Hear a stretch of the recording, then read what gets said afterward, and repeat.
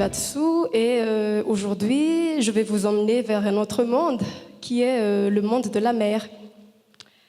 Parce que je suis ici en tant que représentante des voix de toutes les communautés de pêcheurs de Madagascar et en particulier les femmes.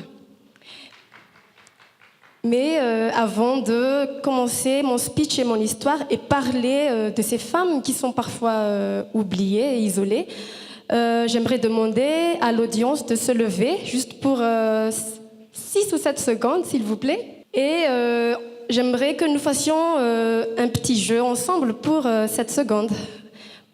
Pouvez-vous, s'il vous plaît, fermer vos yeux, juste pour peut-être 2 secondes.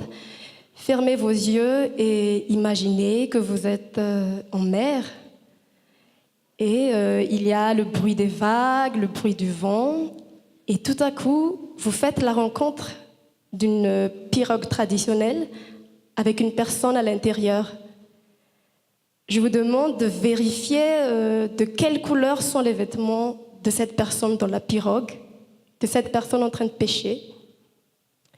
Maintenant, vous pouvez ouvrir vos yeux et vous pouvez prendre votre place. Merci d'avoir joué le petit jeu. Donc, ma petite question, c'est que j'aimerais demander à l'audience, à ceux qui ont imaginé cette personne dans la pirogue comme étant une femme, de lever vos mains. 5 personnes. Eh bien, je pense que c'est assez normal et j'aimerais que vous suivez, en fait, parce que je vais défiler quelques photos ici tout à l'heure.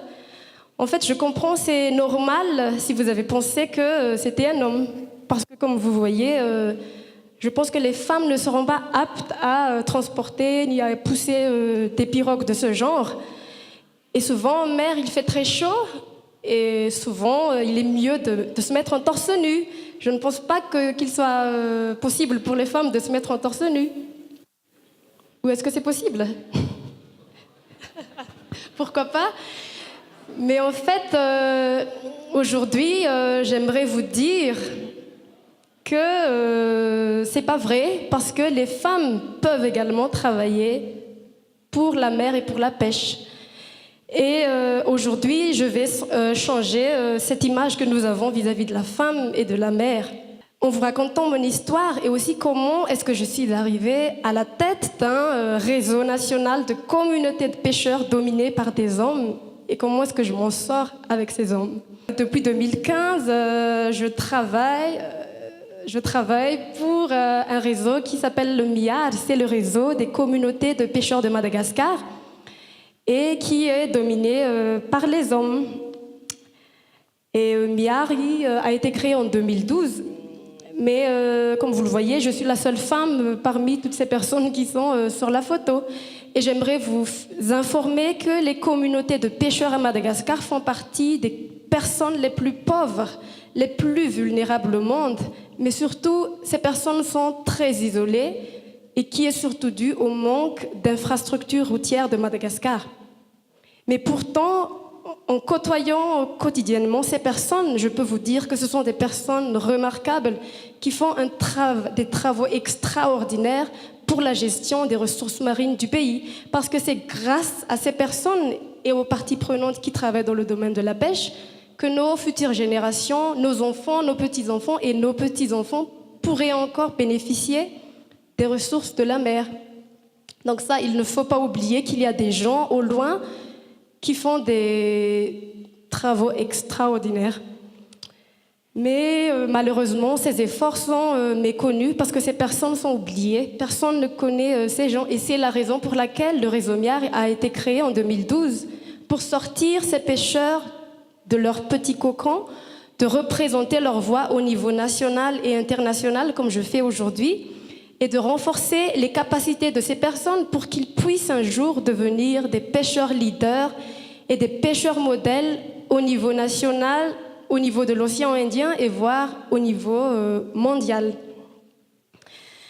Et je peux dire que le travail que je fais au niveau de MIAR me passionne et me rend vraiment heureuse.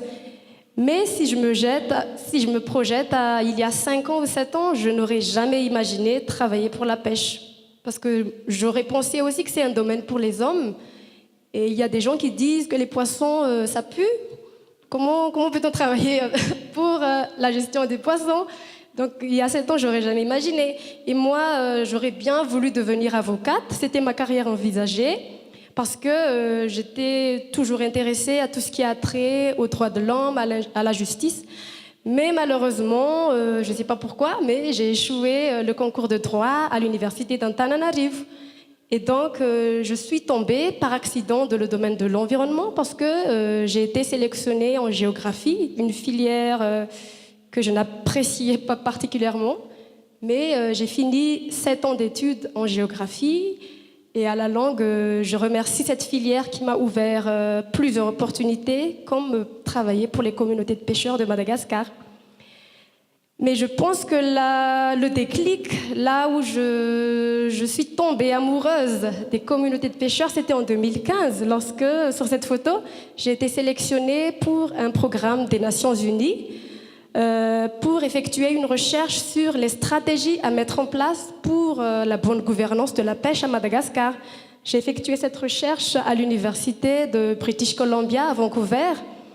Et la conclusion était qu'il est important, il est primordial d'impliquer les communautés de pêcheurs dans la gestion des ressources marines du pays. Il ne faut pas les isoler ni les marginaliser parce que ce sont les personnes qui connaissent le mieux la mer et qui savent comment gérer cette mer avec les parties prenantes qui travaillent dans la pêche. Et donc c'est juste après cette recherche que j'ai été recrutée par le réseau MIAR. Et au fil du temps, en travaillant avec les communautés, j'ai remarqué que ce domaine est dominé par les hommes. J'étais très souvent frustrée, triste, et je me sentais seule parce que lors des réunions avec ces communautés, il n'y avait jamais de femmes. Soit elles sont là, mais elles sont présentes physiquement, elles sont presque muettes, elles sont vraiment, disons, absentes. Et ça me frustrait beaucoup.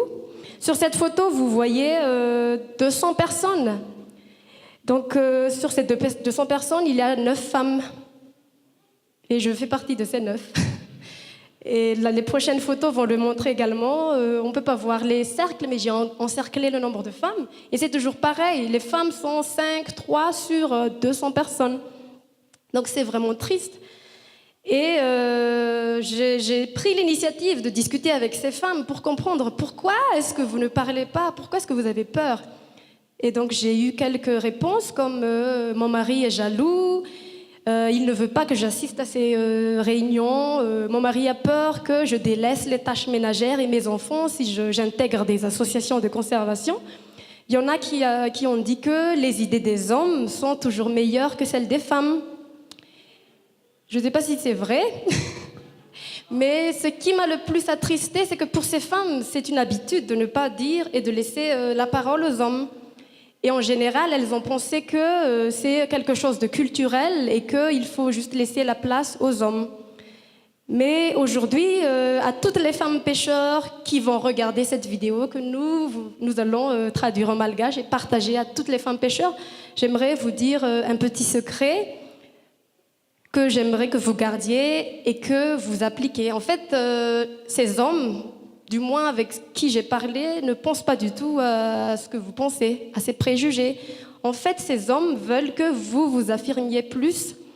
Et avant-hier, j'ai discuté avec un Aouda et il a un message pour les femmes que je vais transmettre ici et je vais le dire en malgache. Il avait dit mangataka anareo ampela mba hetsika mba handray anjara fa manana tombontsoa mihoatra lavitra noho izay lehilahy anareo ampela ary mila anareo zahay. Ce qui signifie que les hommes ont besoin des femmes. Nous sommes à égalité. Mais et je suis d'accord avec cet homme parce que je vous ai dit que les femmes sont absentes. Mais si vous allez sur terrain, si vous allez dans les villages de pêcheurs, vous serez épatés par la force et la personnalité de ces femmes. Vous voyez ici, il y a une femme, c'est une femme, c'est pas un homme, hein, qui est en train de faire de la pêche à poulpe. C'est une femme également qui fait de l'aquaculture de concombres de mer, et une femme qui fait de l'algoculture, ce qui signifie que sur terrain, ces femmes sont assez présentes, mais elles ont besoin de nos supports pour être plus visibles. Et je dois dire que maintenant, il y a du changement parce que les femmes ont commencé à prendre leur destin en main et à s'exprimer comme cette dame devant presque 100 hommes. Elle est en train de dire ce qu'elle pense. Et j'aimerais aussi donner un petit exemple à Velunjiki. C'est une communauté, un village de pêcheurs, une aire marine protégée dans le sud-ouest de Madagascar. Aujourd'hui, plus de 38% des personnes membres de leur association sont des femmes, comparé à quelques années où c'était 13%. Et toujours dans ce même village, plus de 90% des personnes pratiquant la pêche à pied pour les poulpes sont des femmes. Ce qui signifie que les femmes ont une place importante au niveau de leur village, mais ont besoin de nos appuis. Et ceci n'est qu'un début. Je suis heureuse de vous annoncer que le réseau MIAR va organiser un grand événement national l'année prochaine qui va s'intituler Fisher Women Leadership Programme et qui va rendre les femmes pêcheurs visibles et aussi les donner une confiance en elles et surtout les aider à comment s'exprimer devant les hommes et être écoutées.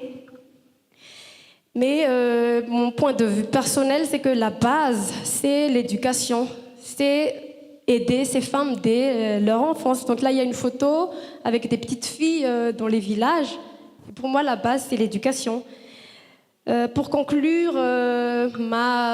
mon speech, j'aimerais juste dire que je suis vraiment heureuse de travailler avec des hommes. Et ma priorité de promouvoir les femmes, je vais le respecter jusqu'à la fin et ce sera ma priorité pour les prochaines années. Et au début, je vous ai dit que j'étais triste parce que j'ai échoué mon concours de droit, mais aujourd'hui, je suis heureuse parce que même si j'ai échoué le concours, je suis en quelque sorte devenue l'avocate des communautés de pêcheurs de Madagascar et en plaidoyant pour les droits des femmes malgaches et surtout les pêcheurs. Pour le moment, c'est juste encore les femmes pêcheurs, mais peut-être un jour, on va aussi inclure les autres femmes. Et en conclusion, j'aimerais juste remercier l'audience de m'avoir écoutée. Et n'oubliez pas, la mer, c'est un mot féminin. La pêche, c'est un mot féminin, ce qui veut dire que la femme a une place dans la gestion de la pêche à Madagascar. Merci.